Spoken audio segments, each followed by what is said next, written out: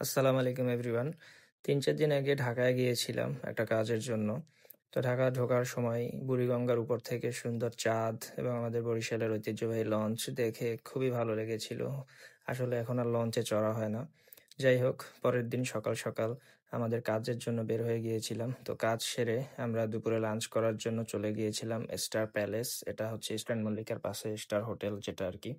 তো আমরা লাঞ্চে নিয়েছিলাম kacchi biryani, mutton leg roast. তো খাবার আলহামদুলিল্লাহ অনেক টেস্টি ছিল এবং সকাল সকাল বের হওয়ার কারণে ওইদিন চা খাওয়া হয়নি। তো পরে আমরা লাঞ্চের পর চা খেয়ে নিয়েছিলাম। তারপর আমরা আবার বাসায় চলে গিয়েছি। বাসায় যাওয়ার পরে আবার আমরা হচ্ছে রাতে ডিনার করার জন্য বের হয়েছিলাম। আমি, হাসিব ভাইয়া অ্যান্ড হচ্ছে আমাদের এক বড় ভাই জাহিদ ভাই। তো আমরা ডিনার করার জন্য চলে গিয়েছিলাম উডেন স্পুনে। এটা হচ্ছে বসুন্ধরা রেসিডেন্সিয়াল এরিয়ায় এনএসইউর পাশেই। তো আমরা মেনু দেখে ফুড অর্ডার করে দিয়েছিলাম অ্যান্ড ওয়েট করতেছিলাম। টিভিতে খেলা চলতেছিল, খেলা দেখছিলাম অ্যান্ড তিনজন মিলে জম্পেশ আড্ডা দিচ্ছিলাম। এটা আসলে একটা আড্ডা দেওয়ার মতো অ্যান্ড ফ্যামিলি নিয়ে যাওয়ার মতো প্লেস অ্যান্ড এখানকার ফুডগুলো আমার কাছে বেশ ভালো লাগে। তো আমরা যে ড্রিঙ্কস অর্ডার করে দিয়েছিলাম, ড্রিঙ্কসটা আগেই দিয়ে দিয়েছিল।